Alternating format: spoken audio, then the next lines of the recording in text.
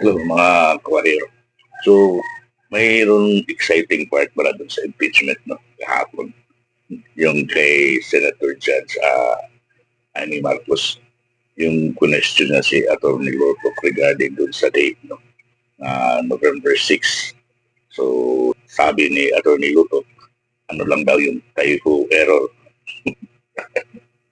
Naging dalawa yung typo error, yung affidavit at saka yung date ng subpoena. No, which I find it very difficult to believe na typo error lang yun kasi abogado siya eh. So most probably siya yung gumawa ng affidavit niya. Diba?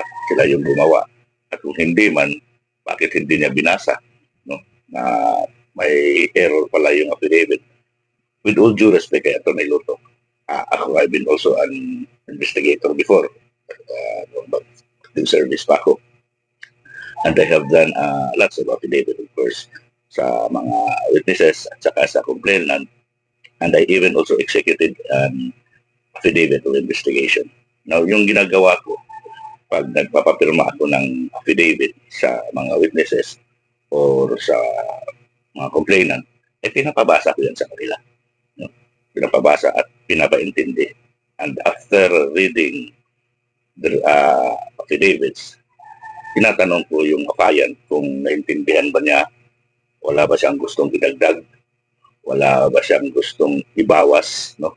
Pag sinabing okay na, so I will let the apayan sign the affidavit. No? At saka doon sa affidavit, sa last part no, ng affidavit, merong sinasado na I am executing this affidavit to attest no, the veracity of the facts. No? Yung parang ginawa ko itong affidavit para patutuhanan yung mga sirkumstansya ng pangyayari. Ganun. So, pag may mga typo error yung affidavit mo, so parang nawala yung sinasabi mong attesting of the facts no, to attest the veracity of the facts. Kasi ikaw napayan ka bago mo pirmahan yung affidavit mo. Sana inintindi, binasa mo. No? Abogado ka pa naman. Alam mo, sana yan. So, bakit may typo error yung affidavit mo? Alam mo, mabuti na lang kay hindi talaga judge, no?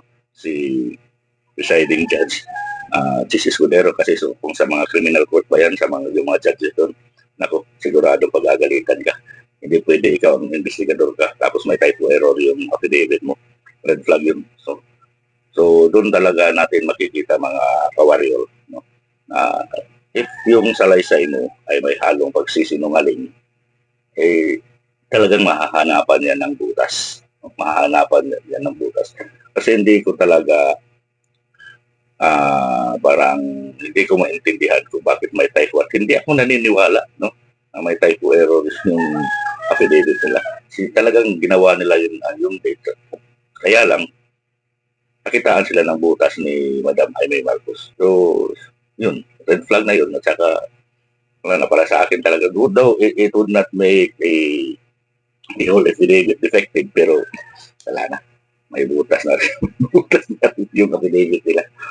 At saka, yung mga witnesses nila, no, si John Mark Calilong at itong si Atty. Loto, may bahay din ng may mga kaso din pala no, na nakasampa diyan sa ombudsman at sa ibang korte.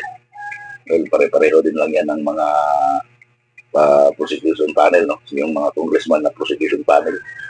May bahay din ng mga anomalya, di ba? Nasangkot din yung karamihan sa kanila dyan sa distribution ng maleta, sa pagtanggap ng maleta. Kaya, I don't know what makes them credible. Di ba? So, yun lang mga kawarrior. Abangan naman natin yung impeachment mamaya, no? So, din lang tayo always mga kawarrior.